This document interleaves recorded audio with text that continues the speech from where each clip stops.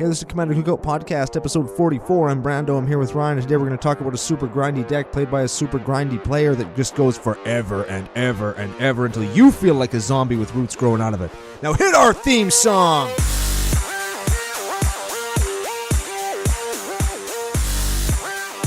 Hey Ryan, we're back for another whirlwind adventure. How you doing, man? I'm good. What's going down? Whole bunch. We are continuing on with our arc of friendship. With our deck, with a deck, I should say. Yep. From our buddy Evan, F.U. Evan. He was recently in Botswana.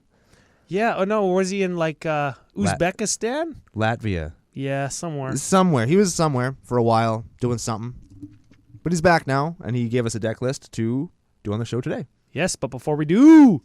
Social media coordinates? We are CCO Podcast on Twitter and tappedout.net. That's where you can see this deck and any deck that we've talked about in the past or will talk about in the future. We are Commander Cookout at gmail.com. That's where you can send show suggestions, deck lists, questions, comments, fan mail, hate mail, no nudes. Or you could send nudes.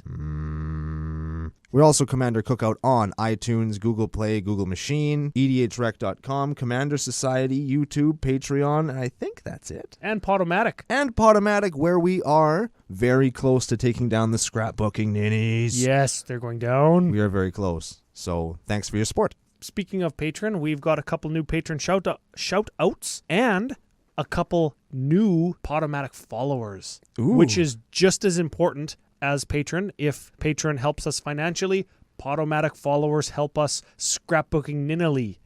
Oh, I like that. That's a good word. Yes. So Craig Adams and George Wall, new followers on Podomatic, thank you very much. You're Thanks, helping guys. us move up the rankings to take down the scrapbooking ninnies, and that would mean if we pull ahead of them, we might get a Wizards preview card before the ninnies do. That would be sweet ass. I'll Yeah. bet you they get preview cards every set. They don't even know what they do with them. They just glue them into a book. Yes, that is probably what they do. Yeah, they're probably like, I wonder what this deck master is. I hate them. Mm-hmm. Patron shoutouts. Also, George Wall. I like this George Wall guy. He follows us and he patrons us. Thanks, man. Needs a better nickname. There was a wrestler called The Wall. You know where he was from? China? Berlin. Ooh, got there. Ooh, yeah. And also, Jacob Anderson patroned us as well. Thanks, Jake. Yep. The snake. Yes. I totally lifted that from somewhere else. Also wrestling. Also wrestling, yes. But it's good. So good on you, all of you. And contest. We are giving away Perforos and Friends. Yep, Perforos and Friends pack next week. We'll run over the included cards here again, just real quick.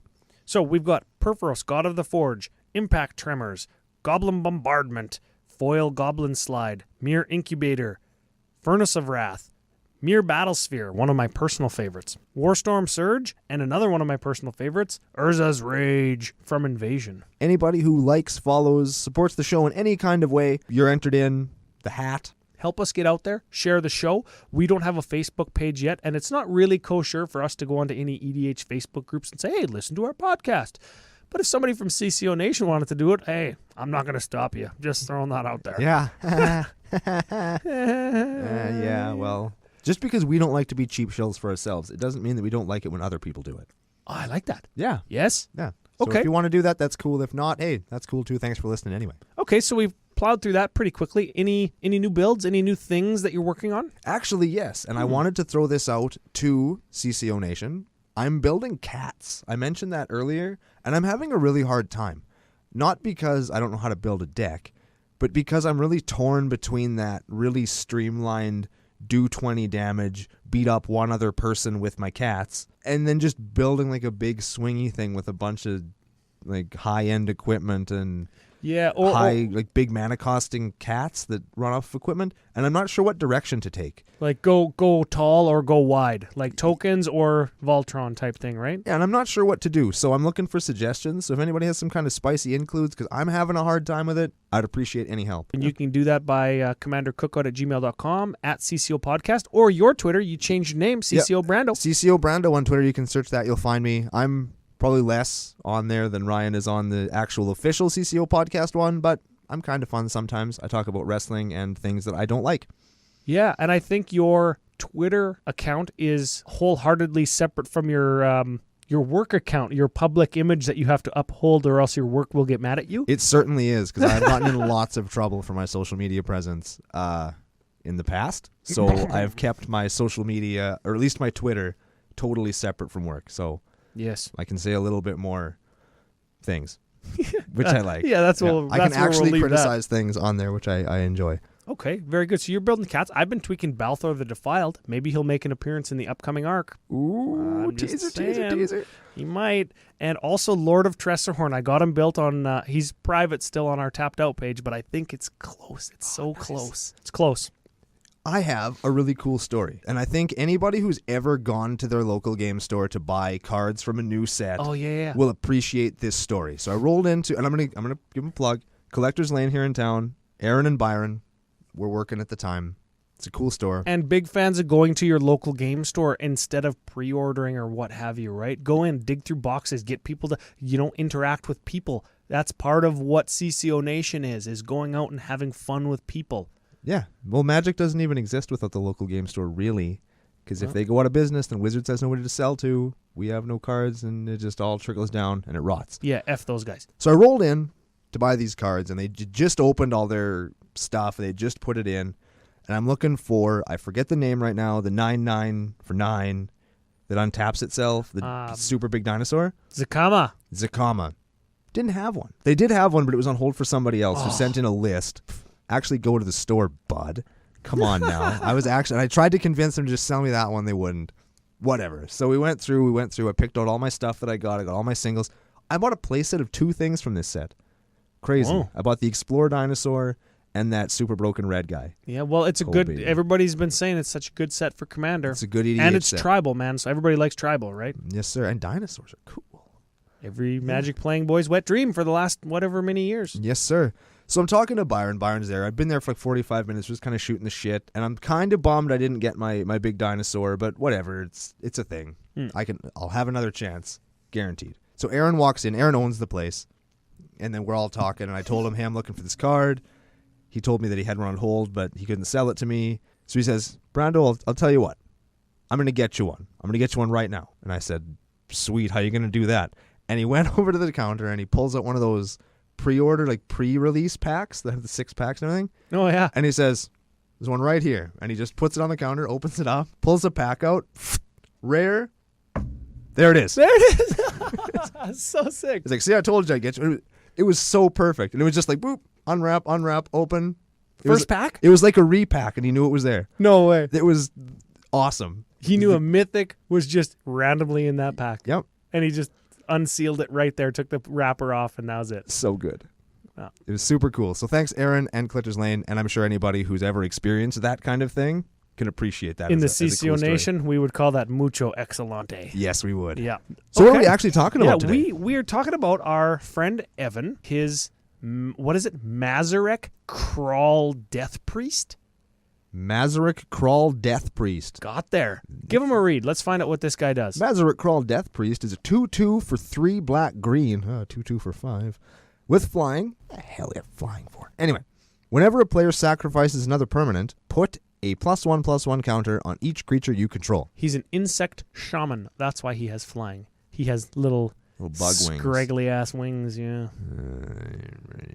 The art is pretty cool. It's kind of tough to figure out exactly what's going on, but it is really nice. Yeah. I like that picture lots. Now, of Mazirek, whenever a player sacrifices another you did permanent. The same thing that I just did. Yeah.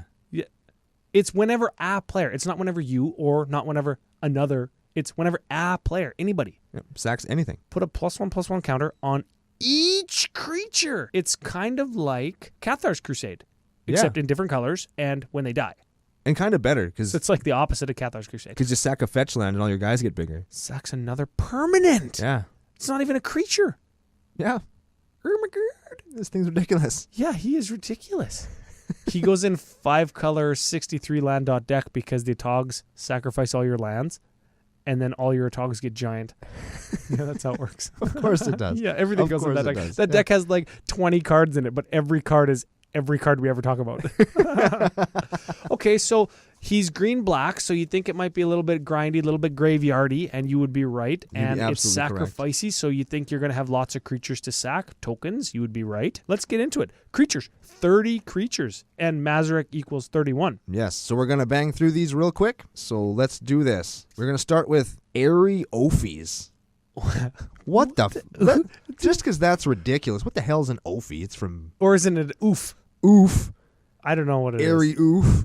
An oof. Let's call it that Airy Oof. It sacrifices something to deal damage to flyers, and it has persist. So it eliminates flyers. And just so everybody knows, Mazirek puts +1/+1 counters on stuff, so it can go infinite with persist guys. When they enter the battle, when they die, bring them back and put a -1 counter on them. When they die again, if they have a counter on them, they stay dead.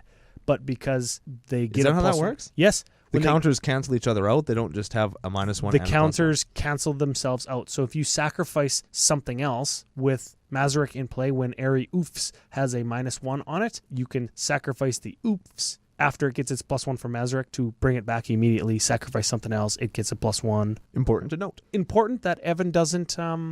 He doesn't have any of those infinite combos in there because that's not really what our group does. Neat. Yeah. All right, let's keep her going here. We got Archfiend of Depravity. That makes everybody sacrifice their creatures. And it's a 5/4 for 5 flyer. Bird of Paradise. Bird of Paradise, mana dork. Brood Monitor. Brood Monitor gives you Eldrazi Scions when it enters the battlefield, I believe. It does, and it's a 3/3 for 6. Yep. How about a Catacomb Sifter? I believe that gives you Scions when it enters the battlefield as well. 2/3 for 3. Caustic Caterpillar. Caustic Caterpillar, a competitive EDH staple, because it gets around Torpor Orb, is a 1/1 for green, and you pay 1 and a green, sacrifice Caustic Caterpillar, destroy target artifact or enchantment. Also a really neat picture in foil. It's not actually that good, but in foil. Kind of like Bond Beetle. Yeah. Him and his buddy Caustic Caterpillar. They all have alliteration. Corpse Jack Menace. If a +1 was put on something, put 2 +1s on it instead. They call that Angry Vagina, right? Is that the card, the Angry Vagina Monster? We certainly call it Angry Vagina Monster. I don't know who they are or if they do, but I figured that was like a wider spread a thing. synonymous term with... CCO Nation, you ever heard somebody call him that before? I have called people that before that aren't that card. Does that count? I think that might count. I use a little bit sharper of a word. Starts with a C. Cat. Next creature, Decimator of the Provinces. Oh, I love this guy. This is Budget Craterhoof Behemoth. He's a 7/7. When he enters the battlefield, all creatures you control gain +2/+2 and trample. He's got trample and haste and emerge. First emerge card we've ever talked about.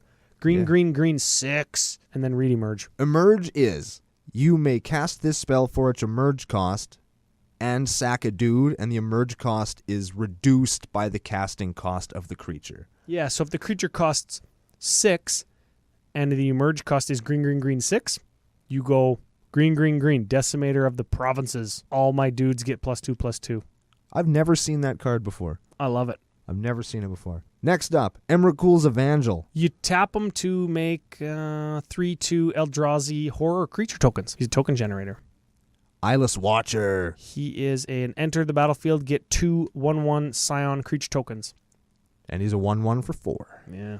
Fleshbag Marauder. Ooh, yeah, Fleshbag Marauder and also Merciless Executioner are the same card functionally. They're 3/1s for 3 when they enter the battlefield. Each player sacks a creature. How about a Korazda Guildmage? Korazda Guildmage is the...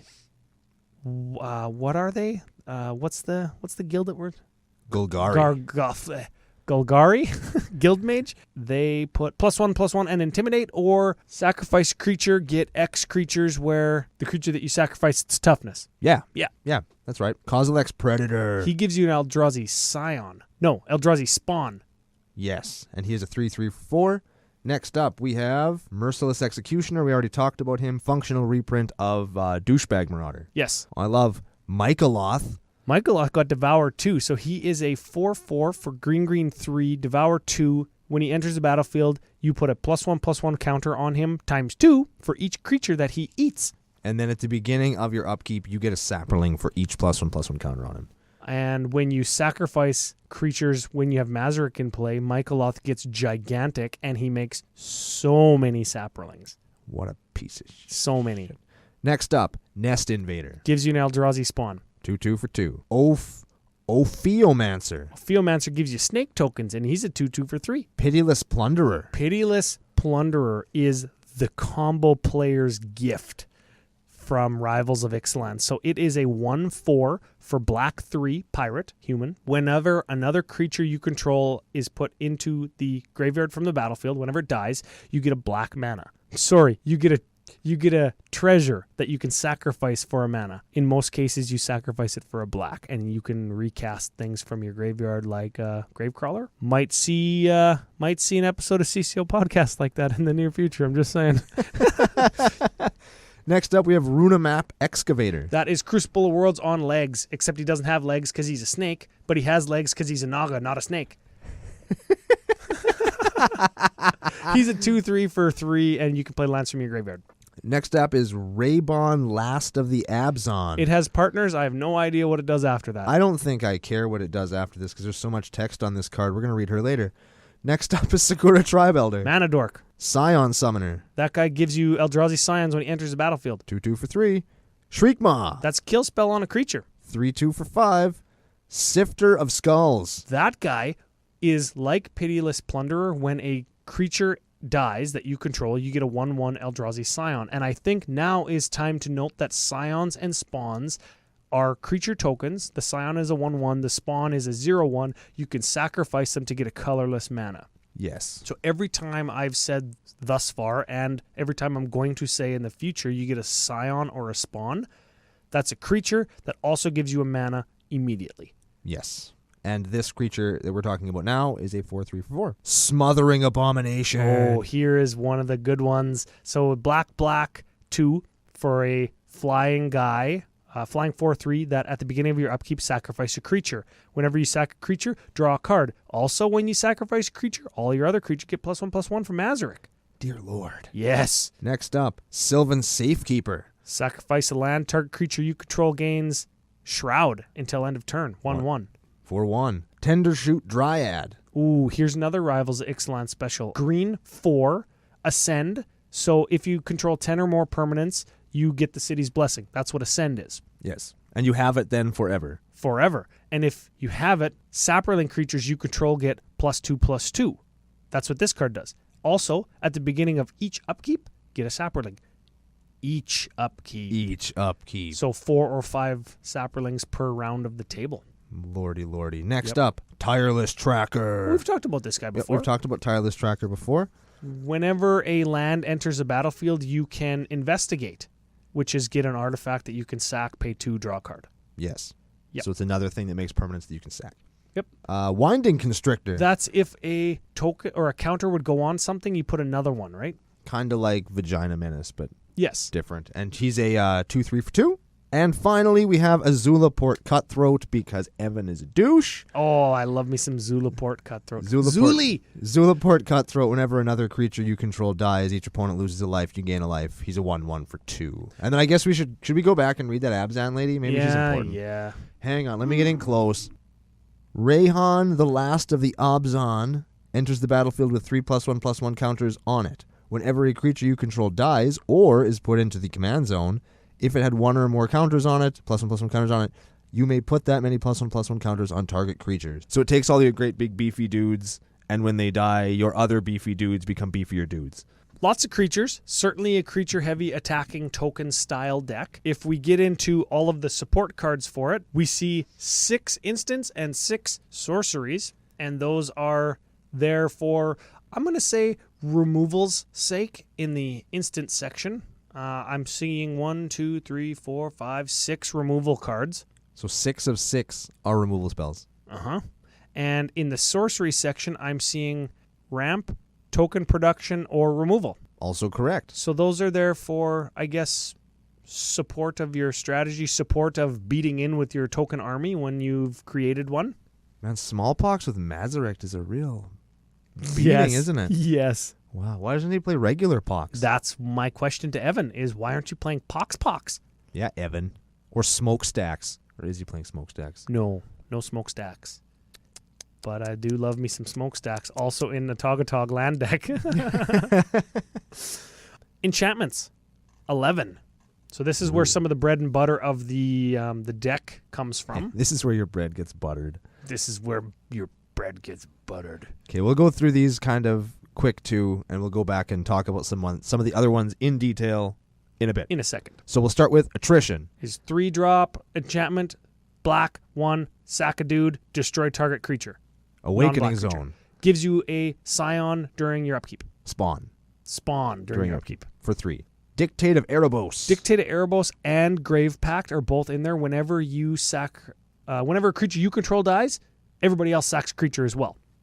We all know Doubling Season. Doubles the amount of counters and tokens you're going to get. From Beyond. Is Awakening Zone the second. Hardened Scales.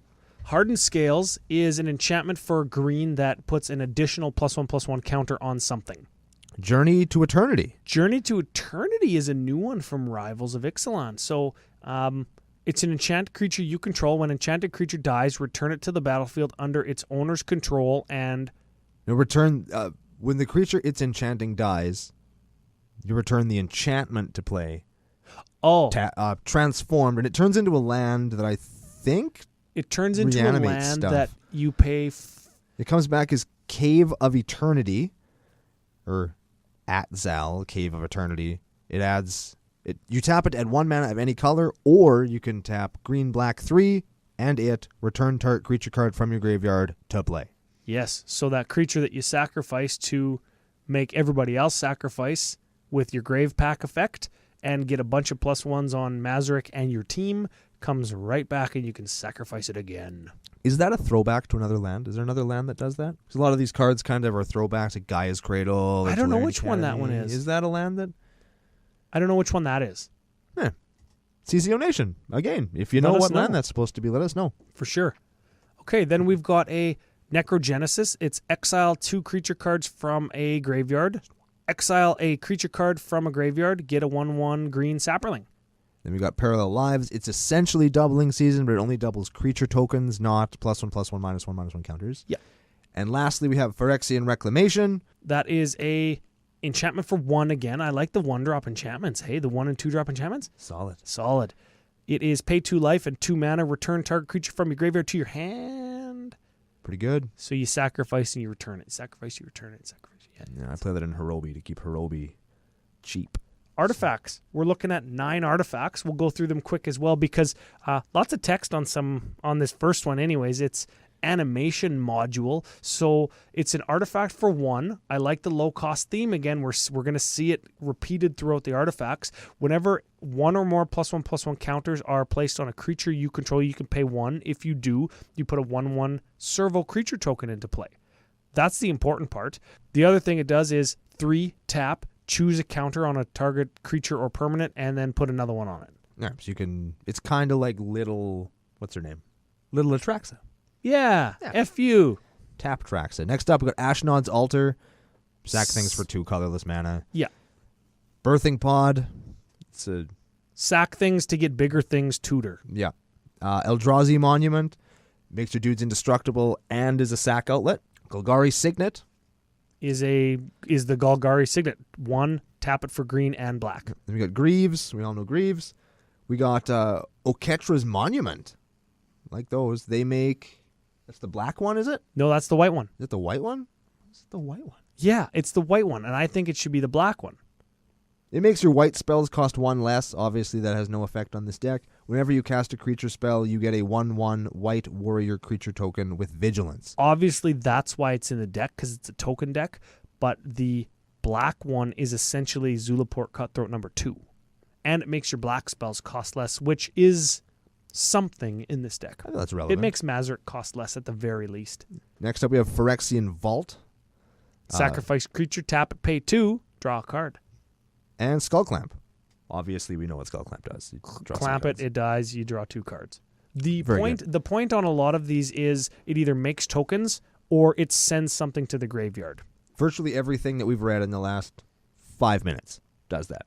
Tutors? Looks like we got 1 tutor because that's the Birthing Pod. Birthing Pod. Birthing Pod's a tutor. We've got 36 land, so a little bit... I guess that's right where you want to be, right? I think that's pretty right. We have a fairly low curve here. Any sweet lands of note? Don't disappoint us, Evan. He's got a Phyrexian Tower in there. That's a sacrifice outlet on a land. He's got a spawning pool. You sacrifice the land to give yourself some Eldrazi Scions. That's spawning bed. Spawning bed, sorry, not spawning pool. That's spawning pool different. makes skeletons. That's a skeleton one. Yeah, that's right. We got a Tomb of Arami. And I hate that. Yeah, I don't like this card at all. Why is it in there? Because it sacrifices all of your land. Why do you want to do that? Because it puts counters on all your stuff. Oh, because it's permanent. It's the big finisher at the end where you can... Oh, dang, that's the all-in finisher. Okay, I love that card now. That's the one where they do that, and then you flash a route, and then Evan packs up his cards and he goes home.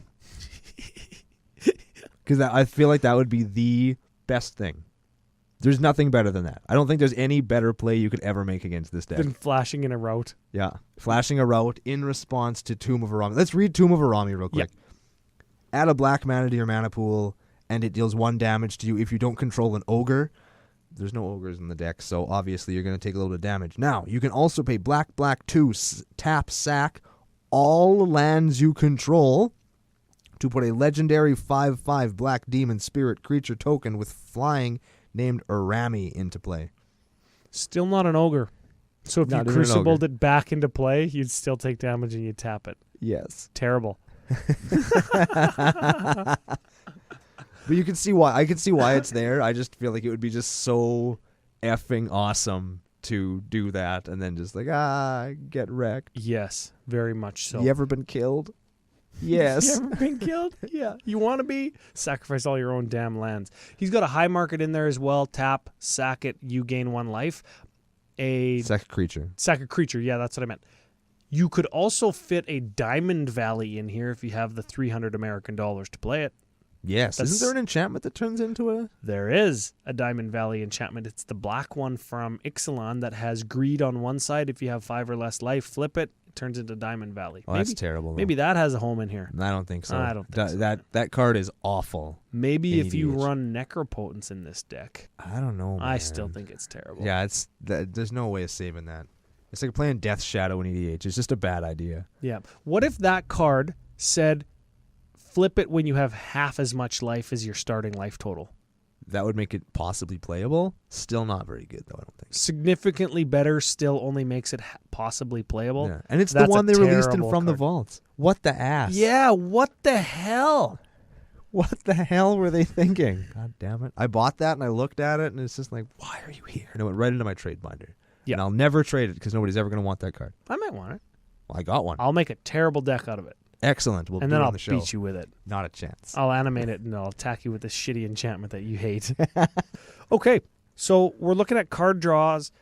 There is plenty of ways to gain card advantage on board. Let's call it board advantage. Virtual card advantage with stuff like, what's the card? Grave Pact, right? I sacrifice my dude. Everybody else sacrifices a dude. Yes. That's detrimental for you, but I've sacrificed it for some meaningful gain like mana or other cards. So do you need much more card draw than the 2 that are in there? You probably do. So do you need more than 2 card draws? I don't think so. The deck more runs on stuff that's on the board anyway. And or in the graveyard. Yes. So I feel stuff back. Yeah, I think that you kind of got enough synergies going on where you don't need a whole ton of tutors even, really, because most of your stuff all kind of does the same stuff. Either enter the battlefield or leave the battlefield. It's going to do something. Yeah, your redundancy is built right into the deck, which I think is really cool. Okay. Targeted removal. We've got 9. Ooh.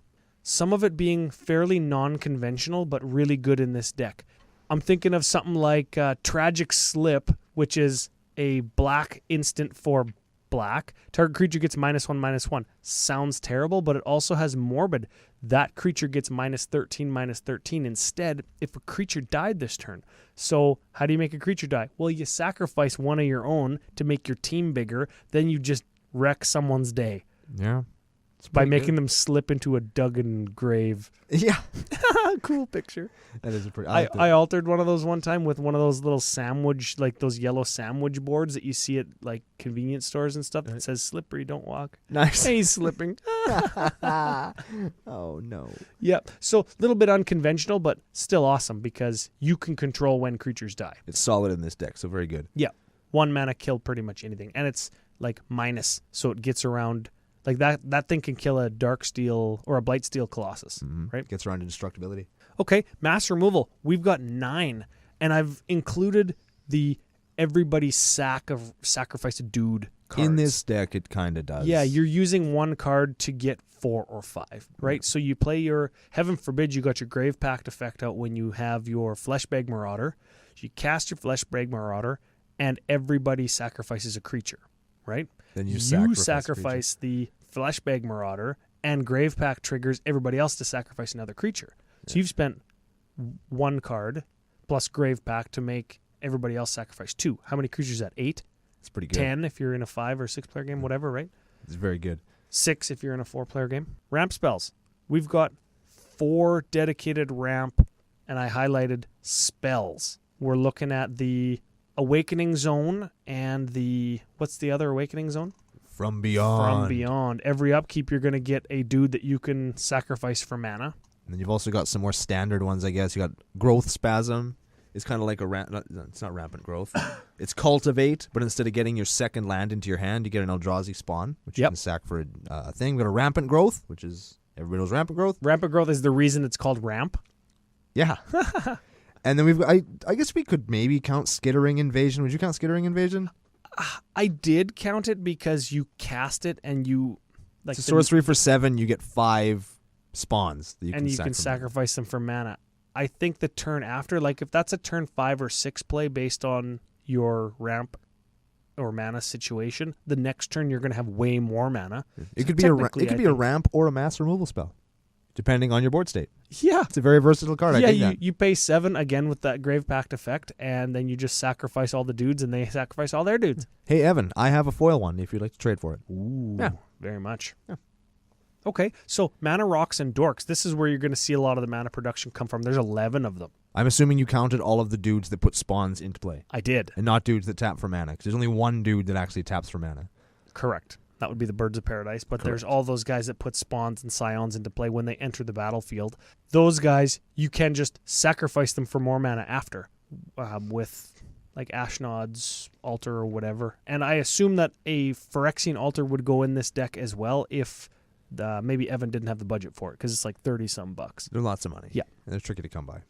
And Ashnod's Altar works just as good, I guess. Just as good or better, because there's lots of artifacts in here, and it's only a 2-color deck, so I think that's fine. Agreed. So the deck feels very much like a kind of Staxy token base. It's keeping people off of their game plan by making them sacrifice. There's lots of removal, and of course there's lots of things to put in the way of attackers, right? So lots of tokens means you're not going to get attacked lots, because what's one Saproling token when somebody's attacking you with? Especially when that one Saproling token is going to make all your other dudes bigger. Yes, or is already bigger itself. Yeah. Yeah. Attack this deck with first strike at your peril. And I guess just for the record, there are 9 sacrifice creature things. It's lots. And that is lots, because like that's a repeatable effect that stays on the table. It's not like you cast a spell that says sacrifice a guy, get something. No, these are all things that stick around. And a lot of these creatures have sacrificed this creature on them. Yeah, and lots of those 9 are actually creatures, right? 9 1-drops in the deck. If we get into the kind of little bit of a lines of play or how to play section, really good considering it takes 10 cards to be over that 50% chance to get it in your opening hand. Right. So when you've got 9 1-drops, 1 out of every 2 games you're going to cast something on turn 1. That's always fun. There's 12 2-drops. Dang. 9 of which you would actually want to play on turn 2. So again, you're almost guaranteed, or 1 out of every 2 games, which is lots, to hit your 1-drop, hit your 2-drop. I should have mentioned as well, all of the 1-drops in the deck feasibly could be played on turn 1. It's not like one of them was like a Path to Exile or something that you don't want to cast on turn 1. Yeah, just the Tragic Slip. Yeah, that's the only one. But Tragic Slip on turn 1 is going to get their mana dork. Yep. And that's not negligible. That's not negligible. That's very good. You get Animar's turn 1, and Animar's like a competitive deck. If you Tragic Slip my Birds of Paradise and Animar, it ruins my whole day, because now I don't do turn 2 Animar, turn 3 win. It slows me down by 25% hitting that mana rock, or that dork on turn 1. It's pretty good. So Tragic Slip on turn 1 is actually an important part of playing that card, as it has that functionality. Yeah. Turn 3, start to gain some advantage. Flesh Bag, Marauder, Merciless Executioners, or some kind of token engine or repeatable effect. Something that you can start to leverage slowly over the game. And very Evan to have something like that included. Yes. And very much slows the game down when you have to resolve all of these triggers, Evan. Yeah. See, we talked about, reading through the list, everybody's probably thinking, yeah, well, that's whatever. You sack a dude, you throw some counters out. But for some reason, for some unfathomable reason, I've been in games where this, the deck doesn't do anything for so long, and he's taking these really long turns, and he's got these little stacks of counters and all these creatures, and you think, well, what the hell? Where did those come from? Why is this going on? What are you doing? Did you play a tutor? Why are you looking through that pile of cards? Why do you need to know what's in your graveyard right now? What are you doing? Just attack me and get it over with. And the turns take so goddamn long.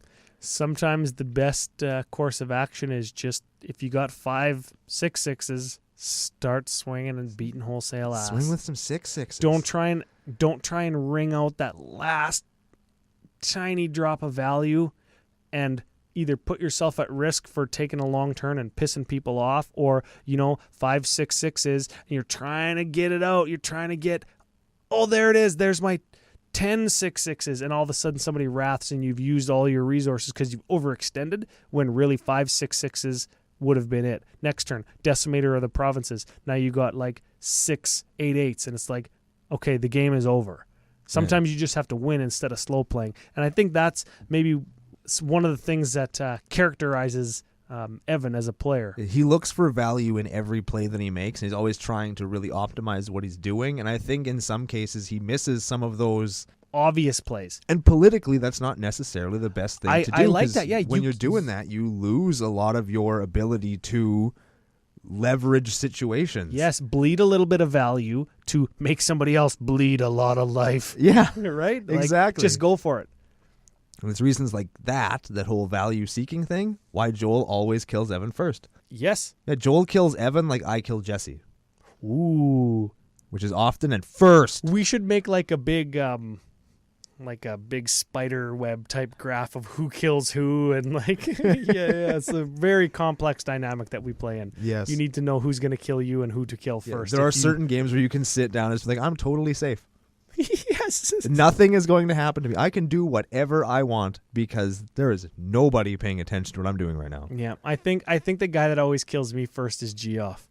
Yep. Yeah, we're doing one of his next week. And it pisses me off because he just arbitrarily attacks me. It's like, dude on the other side of the table has got he went turn 1, land, Soul Ring, Mind Stone, or it's like turn 2, he went Soul Ring, Grand Arbiter, Augustine IV or whatever.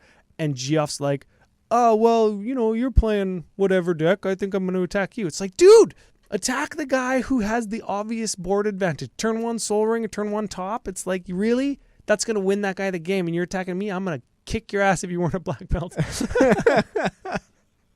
Yeah, I'm going to drive past your house with a paintball gun and shoot it all up. See, and then you attack him, and that other guy's sitting there. Then I'm the bad guy. Yeah, and then you're the piece of shit. God, see, son of a politics, bitch. Evan, learn them. CCO Nation, you learn them politics too. And the other thing, just because we're talking about 5 6 6 threats and stuff, threat assessment. We were having a text message conversation, you and I, the other day about, I guess, just exactly the example I just gave. Guy with turn 1 Soul Ring.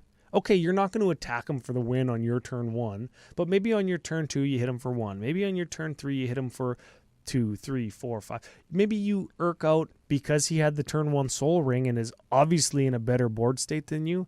You hit him for 4 or 5. Sometimes, and more often than you think, actually, 4 or 5 is enough for by turn 10. Well, what's everybody at? Okay, 12, 15, 8, 2. That's an Earthquake-a-cane win. That's an Earthquake-a-cane. You're going to die because you're going to take 2, and I'm at 8. Exactly. Right? Yeah. So threat assessment and politics, you got to leverage them, particularly when you're playing a grindy, kind of graveyardy, stacksy deck like this. Yeah, because people don't like what this deck is doing to them in the first place. And it just does and does and does and does and does, It's right? never ending. It's like a swarm of insects. It's those fire ants that just come into your farm and eat all your food and your family and you. And then tap for 1 to deal 1 damage to each creature you control. To each other creature, period. Yes. Except itself. Including all your dinosaurs. Thanks, Urza Block.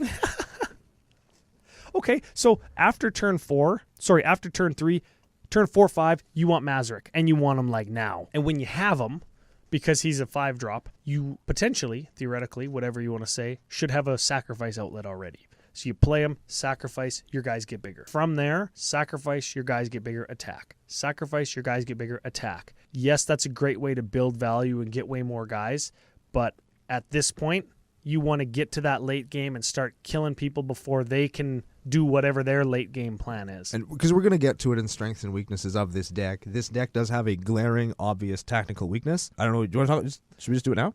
Wrath of God. Yeah. Wrath of God, or don't let Mazirek hit the table. Anything that stops Mazirek for a length of time shuts the deck off. You want to talk about bleeding value, Yeah. right? How good is a 2/3 for 6 that puts 2 0/1s into play? It's not. Not very good. You would never play that card in any other situation, probably. Unless you can go 6 mana, sacrifice these 2 guys.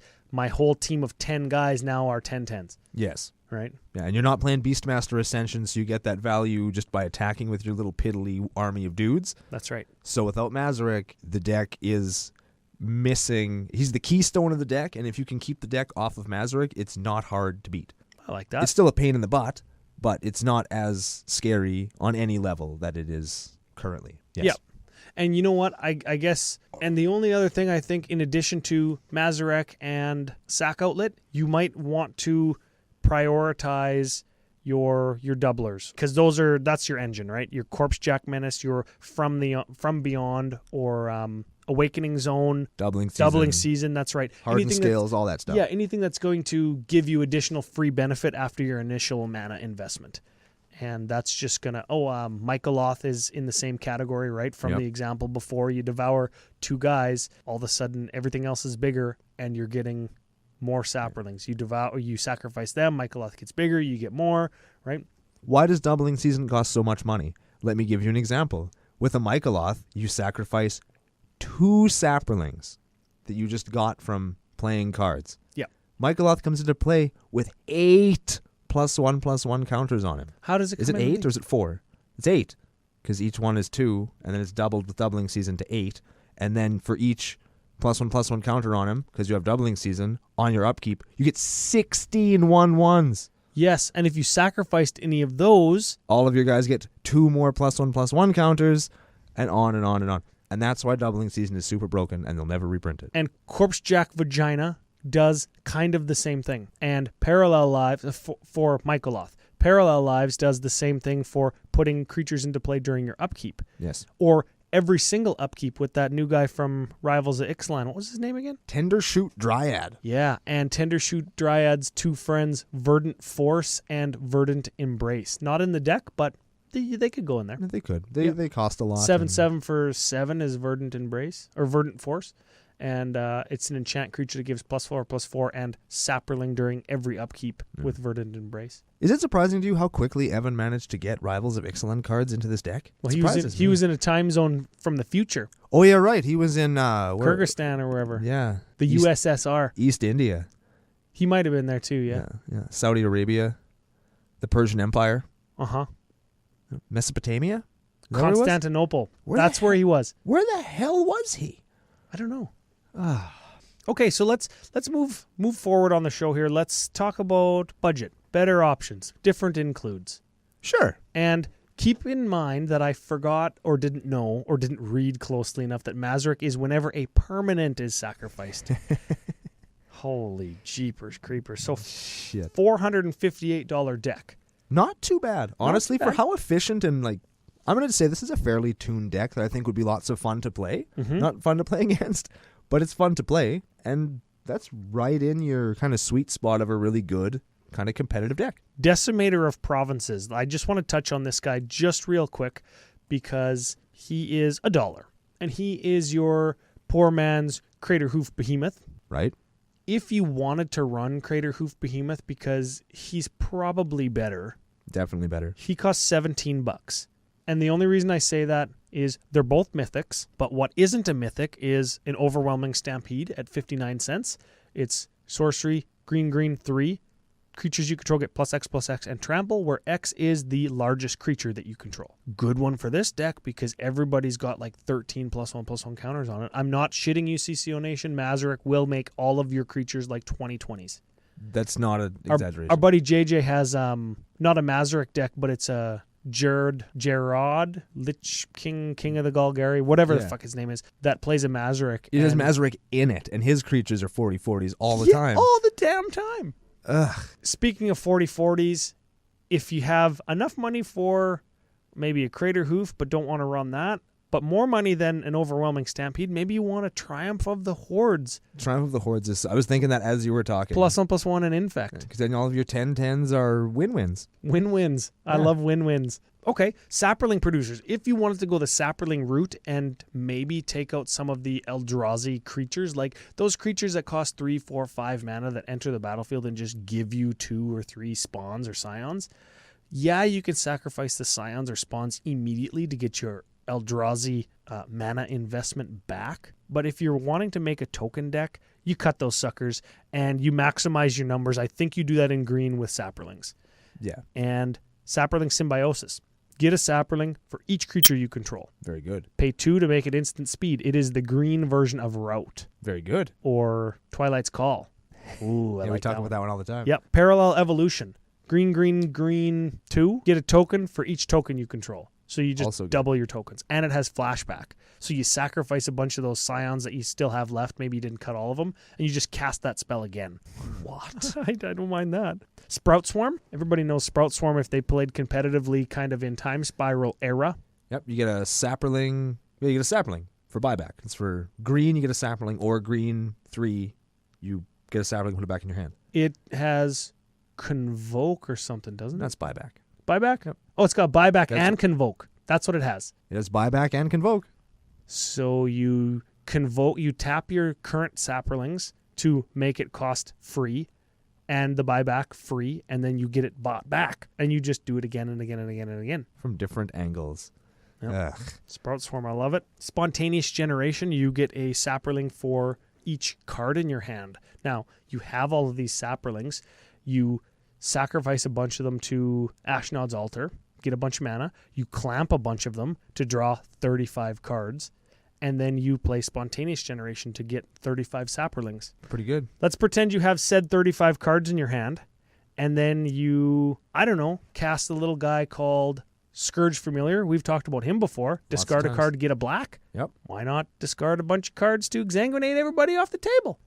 That's going to make the deck run so much faster. And is an alternate win condition and gives you the multiple angles of attack, unique gameplay experience, all the things we talk about. You could you not just, how we talked about JJ, he plays Gerard with Mazirek in it? Could you not play Mazirek with Gerard in it? Yep. Gerard Golgari Lichlord is black, green for a 2/2 zombie elf. He gets +1/+1 for each creature card in your graveyard, less important, but you can pay 1 black and green, sacrifice another creature, each opponent loses life equal to the sacrificed creature's power.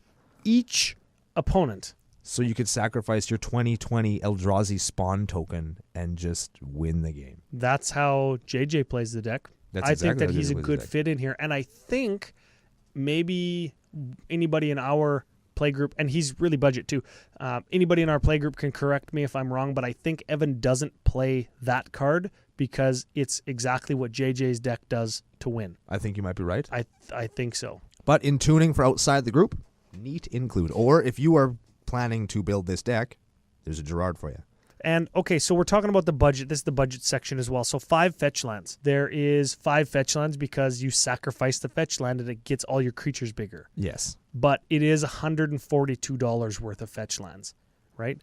And you could make this deck go down easily to, right around $300 if you cut all of that. Yes. So, I don't know. Do you need them? Is there other lands that you could play? You could play crappy fetch lands, but I think playing the actual fetch lands, that's that going back to Evan looking for value thing.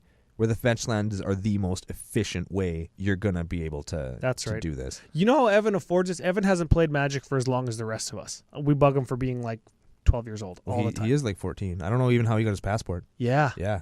I suppose. Well, here's the thing. Doesn't have wife, doesn't have kids. So he's got all these good decks that he just pumps money into. And goddamn, speaking of all his good decks, he's got 109 decks on tapped out. Let's give Evan a shameless plug here. Write this down. Gullaghar. That is Evan. That's our friend Evan. Gallagher on tapped out. Yeah. Just check him out. There's lots of decks there. I think his plan at some point is to do the, what do you call it, where he has one deck of each color combination, all of which does something different. Yeah, there's like 37 combinations. And he's slowly working towards doing that. Well, he's already times 3'd that. In paper, though. He wants to in paper own them, which, I mean... 109 lists? Good on you. That's Some of them insane. are modern lists.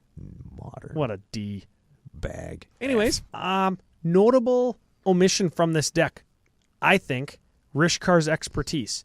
Draw lots of cards due to your biggest creature's power, and then play something for free. That is a good card, it's like a couple bucks only. And works good with my Scourge Familiar example from earlier, just saying. Okay, and another thing, I'm looking at Wasteland, $26. Phyrexian Tower, $30. Blooming Marsh is just like a dual color land, and it's $6.25, right? Why are all these expensive lands in there? Do they have to be in there? I don't think that they're worth it if you're trying to build the deck budget. Yes, if you're trying to build the deck budget, you could cut that tower immediately. You could probably cut the Blooming Marsh. He probably plays it because he has one. Honestly, it's not a dual land. It's a fast land. Yeah, and it's the fast land. You know what? I'm looking at a $26 Wasteland, and I'm thinking Strip Mine's $6, $8. And it's better EDH. And if you're only running one land destruction card, why are you running any? Yeah. I mean, I get you're afraid of the Cradle, but... Maybe. You're probably going to have almost as big a dudes as the Cradle. Yeah. Like, the only decks that have Cradle in them that you're going to be afraid of are Elves, and by the time you get to a point where you're going to effectively stop them by blowing up one land, they've probably killed you already. Yes. Or you've killed them. Yeah, or like one of you is dead. Yeah. Evan wouldn't kill you, though, because he plays too slow. Okay, Phyrexian Tower was the other one there. It's like $30. Maybe you put Grim Backwoods. It's actually a reanimate spell on a land, or it gets a creature back to your hand. Or, what was it? Volrath Stronghold? It puts a dude. That one's $30 too. Oh. Not so budget. Not anymore. Yeah. And I also like maybe Temple of Malady instead of Blooming Marsh. That's the Scry Temple, like black-green land. That's probably okay. And for the Scry lands, if you're not trying to win on turns like 2, 3, 4, 5, I think the Scry lands are better, even though they come into play tapped, because they're going to smooth out your draw, and the coming into play tapped on turn 1 or 2 or even 3 doesn't matter that much. It's less relevant. Yeah. That's one of those things where you got to read your play group. I think that's where building land bases becomes complicated. Know thy play group so you can build the appropriate number of utility lands in. Correct. Yes. Get your utility lands, kids. I guess if somebody's running Strip Mine, Wasteland, Tech Edge, Crucible, Ranamap, Excavator, you might not want to play all of those utility lands. Correct. With Blood Moon and Blood Sun and all that jazz. Oh, F Blood Sun. F that card. Yeah. And F everybody that says it's awesome. Stupid card. Okay, should we move into strengths and weaknesses? Or, yes. 2 colors. Keeps mana base pretty low as long as you're willing to cut the stuff that we just said. Including Shizo's Death Storehouse. Nah, you shouldn't cut that. No, I like that one. I like that one. I like being all in. I love being all in. Okay, Token Swarm. Good for attacking and blocking profitably. You can stack block. You can do whatever you want. Lots of play from the graveyard, and can play the really grindy stacks game because there's lots of redundancies, as you had touched on earlier. The redundancy is built into the deck, so you don't necessarily even need a whole ton of card draw. Correct, or tutors or any of that stuff. Which black and green are good at. Yeah. Black and green are good at card drawing and tutoring. You know you're playing a pretty good deck when you can ignore one of the strengths of the colors that you're building in. Ooh. Yeah. There's the tweetable right there. Big board presence, lots of moving parts, lots of politics involved. Now, that could be a strength or a weakness depending on the player. In this particular case, as we touched on before, I'm going to say it's a weakness because Evan's always trying to wring that value out, and he's trying to wring that value out. And even to this point, if he started making bad plays on purpose, I'll bet you people would beat him up even more because now he's got some kind of sneaky fucking backup plan. Yes. And so now he's going to get beat even worse. Yep. So you screwed yourself, Evan. Yep, you're totally eating a bag of dicks. Okay, Wrath effects, weakness. Destroys the deck because it's going to destroy all your tokens and they fizzle when they hit the graveyard. Correct. All right. So not so good. And again, like we talked about before, if you can keep the deck off Mazirek, very commander focused. You're going to have a bad night if you can't stick a Mazirek. Very commander focused might not be such a big deal if you're playing like the 1/1 white dog Voltron deck. What's it? Ishimaru, Hound of Konda. Yeah. General focused. Of course it is. It doesn't cost 5, then 7, then 9. Yeah, it costs 1, then 3, then... Maybe that's why Grim Backwoods is good, because you can let Mazirek go to the graveyard and then just bring him back and cast him like regular. Maybe, yeah. And that's also why that enchantment... Phyrexian Reclamation? No. Well, yes, that too, but also the new flip card from Rivals is in there. Is so you can let Mazirek go to the graveyard. Yeah. I'm okay with that. Yeah, that's a good idea. What about graveyard exile effects? The deck is weak to that. Yes, it is. A Bajuka Bog, a Rest in Peace, Grafdigger's Cage. There's a new one from the new set that says creatures can't come into play from the graveyard. Yep. Something Tombstone. I got a foil one. It's worth like $1. Yep. I was really sad. I hate when I have foil Dredge hate and it's not worth anything. Damn it. Because I love playing Dredge. And besides airy oofs, the deck is a little bit weak to flyers, and that kind of is a green thing. Yeah. So this deck's no different. And, I mean, whatever. There's 3 other players at the table. Maybe they're all weak to flyers. Whatever. Yeah, whatever. I mean, it has a flyer. Yeah. I've definitely played games where people are like, flying? What? What is flying? Or somebody gets a wonder in their graveyard, all of a sudden they're the biggest threat in the world because all their dudes fly? Why are we playing such bad decks? Yeah. Oh. Speaking of bad things, let's go into Card of the Week. We haven't talked about this one yet, but we're going to now. It's a land, West Vale Abbey. I love it. Especially in this deck. This is a great card in this deck. So here's what it does. Taps for colorless, or tap 5 and pay a life to put a 1/1 white and black human cleric creature token onto the battlefield. Okay, fine. You get a token for your 5 mana. 2 tokens if you got like a doubling season or whatever out. Does the land do anything else? Let's read on. 5, tap, sacrifice 5 creatures. Oh, so all of your other creatures get +5/+5 or +10/+10? And you transform West Vale Abbey and then untap it. Transforming, what is this, Metroplex? And he turns into Ormondal Profane Prince. Yes, he swears lots. Who is a 9/7 flying lifelinking indestructible haste creature. Demon. Nice. Yes. And that just kind of happens to fit in with the deck. I love that stuff. Very D&D of us to, let's go into that abbey to see if there's any treasure. Oh my god, it turned into a demon. And now it's kicking our ass. Yeah, it's good. Yeah. It's excellent. I like that lots. One thing I did like about that block or set or whatever, I didn't really like it all that much, but every so often you get a cool gem like this. Yeah. Just a neat little card that'll just fit in there. I love both times we went to Innistrad. Very, very top down, very fantasy. Even Rebecca likes Innistrad because everything in Innistrad is so recognizable. You know what they should have done if they wanted to make it more recognizable? Called it Ravenloft, and then we could have Strahd and all those guys, because that's where they got it. Just like how they got Amonkhet from Dark Sun. They're just taking their D&D campaigns and making magic sets out of them. Well, they've taken Magic and made D&D out of it too. They are the same company that makes both games. That's what I think saying. That's okay. Well, it's fine. It's just you can kind of see them doing that, and people are going, "Oh, this is so original." No, it's so not. fun. Yeah, it's just awesome. Yeah, I mean, I don't think that fantasy's been original since Tolkien wrote it in like the 30s. And even then, it wasn't that good. Oh, it's good now. You eat your hat. I don't think Tolkien was that good. I think he was. You lazy. heard it here first, CCO Nation. I think he was lazy. You should never end the pivotal conflict in your epic novel with Army of Ghosts. Ever. But he was the first guy to do it. Aspiring writers, if you ever think to yourself, so good. Army of Ghosts, just delete what you've written and quit. Give up your dreams, you suck. Walk into that same chapel that Ormondal was in and get eaten. Sacrifice yourself along with 4 of your friends. Don't actually do that. But the moral of the story is Army of Ghosts, super lazy. Would be a sweet Magic card, though. Yes. Oh, yeah. Army of Ghosts. He would go like in the Obsidat deck or whatever. Yeah, I don't know what it would do. Would it be sweet? Yeah. Hey, Procession of Souls, Spectral Possession. Yeah, they already have like Army that, of Ghosts. I suppose. Speaking of super terrible, you mentioned it a minute ago there. Let's do the milk list. Yeah, I love Milk List. Let's do it. Okay, so the milk list is, as per EDHREC.com, the most popular cards per converted mana cost at any color combination today. Golgari, green, black.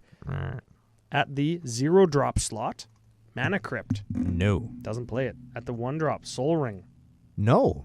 Doesn't play Soul Ring. Doesn't play a Soul Ring. I see you already have a finger up counting Soul Ring. I'm going to put said finger back down. Yeah, put that down. There it goes. That's the finger noise. Secura Tribelder at 2.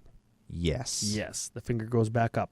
Eternal Witness at 3. No. Jared Golgari Lichlord at 4. There it is, Evan. But he's not in here. Acidic Slime at 5. Nope. Grave Titan at 6. Nope. Shieldred, the Whispering One, at 7. Nope. A.K.A. Swamp Bitch. Terastodon at 8. A.K.A. Big Daddy Butt Sex. Not in there. Ingarrick's Wake at 9. Nope.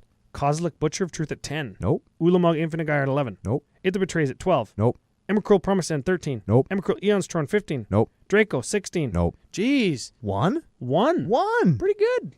Well done, Evan. Now cut that Sakura Tribelder. Go to 0. Yes. Yeah, play something else. Or keep it at 1, cut the Secure Tribelder, put Jared Golgari Leechlord in there. Yeah. I'm okay with that too. Or run Explore. Okay, final section of the show. It's Spice Calculator time, isn't it, Ryan? It is. It's that time. Okay, so popularity at the time that the list was generated was 470 lists. And Jared is the 8th most popular Golgari commander. Oh, sorry, Mazirek is the 8th most popular Golgari guy on EDHREC.com. Underneath Jared, who we've talked about, Glissa the Trader, super surprising. Haraptra, like what is going on? Hapatra. Haraptra. You've got dinosaurs on the brain. Yes, I do. That's so awesome. Oh man, like why are all these commanders so? Oh, they're so weird. Yeah. Whatever. Whatever. Keep going. Okay, so average converted mana cost, 3.25. Nothing wrong with that. Excellent. Critical turn, I think the turn that you drop Mazirek is the turn that you want to try and start taking over the game on, because realistically, you could go turn 5 Mazirek, followed up by sacrifice a bunch of guys, make Mazirek huge, turn 6 Voltron win. Yeah. We didn't talk about that, but that's a real thing. That could be a thing, yeah. Okay, optimal game size, 4 for the political disadvantage that this deck imposes on its player. Correct. Right, I think that's right. Also, now, it opens you up to having more people with more removal to kill Mazirek more times, the more people that you add to your game. And the more people you add to the game, specifically in those decks that are designed to play the big long game, they are going to have lots of wrath effects. Yeah. And that's just, this deck is weak to that, because not only does it kill your token army, it kills your Mazirek. Uniqueness rating. Cards in Evan's deck that are different than EDHREC.com's stock list. 26. Pretty good. Yeah, I think that's probably normal for a deck like this that wants you to do specifically one thing. It could probably, if you cut a bunch of the stuff and put in a bunch of different stuff, it probably wouldn't change that much if you want to do like hardcore Saprolings or hardcore Sacrifice. I feel like if you went Saprolings or Zombies, the number might go up just because Saprolings and Zombies are significantly better supported than Spawns and Scions are. Oh, maybe. Well, and maybe they go down. I didn't actually look because Scions aren't very well supported. Maybe he wanted to play something that was a little bit spicier. Good on you, Evan. Yeah. Yeah. Or bad on you if I'm wrong. Yeah. Okay. Learn to stack your triggers faster also. Let's say it. God damn it. One tutor in the deck, that was Birthing Pod. I guess all of that combined together gives us a spice rating of 44. It's pretty good. Yeah. See how high your spice rating gets when you're not loaded down with tutors? For sure. Oh, man. For sure. And you know what? If you wanted to build an off-the-wall Mazirek deck, like I talk about the 62-land Otogatog deck, if that uniqueness rating went up to, instead of 26, it was 36 or 46, you'd have a spiciness of like over 60. Dang. Yeah. And just by, instead of playing your common token generators, just take Mazirek down a little bit of a different path and play the stacks list where you specifically sacrifice everything and make everybody's life suck and then attack with Mazirek as a Voltron win, like a 21 general damage win. Yeah. Deck. I think that would be really cool. That'd be kind of neat, yeah. If anybody's got one of those in CCO Nation, let us know. Send it on. For sure. CommanderCookout@gmail.com. Yes. No nudes. Well, we're a little crunched, so I will kind of give you my final thing, as we are apt to do. We're going a little long on time, like Evan does on his turns. It's another shot at you, Evan. I'm glad that you're back from Botswana. Yeah. Tijuana? Botswana. Where is he? Where the hell did he go? Sweden town? Is it Switzerland? Norway? It was somewhere in Scandinavia. Greece? Any of the Scandinavian listeners, if you saw Evan, let us know. Yeah. He's not hard to spot. He kind of is. He's kind of short and his white glasses. and normal looking. Yeah, he's a good normal looking dude. Anyway, the point is, this deck is really sweet. And more than the deck, I think that Evan is a really good example of a young, new-ish Magic player who's really into the game, who takes his deck building fairly seriously, and he puts a lot of thought and care into crafting what he puts together in the first place and what he actually builds in paper. And I think that's very respectable, and it's something that I don't do as much as I used to. Well, I think deck building kind of has transformed for you and I into an expression of whatever we want to feel when we're building said deck. Because, we've built the sacrifice deck before. We built the tokens deck before. We've kind of done and gone down that road. So now if we do something, we want to make it specifically different. And that was, I guess, the inception for this show. Correct. That's why we have a show, so that we could build more off-the-wall crap and then not just get destroyed by people who are playing stuff like Mazirek, and we're playing something like Ooze Tribal. Foreshadowing. It is foreshadowing, maybe, to something we'll do on a later episode of Commander Cookout Podcast. Hit our theme song! Ooh.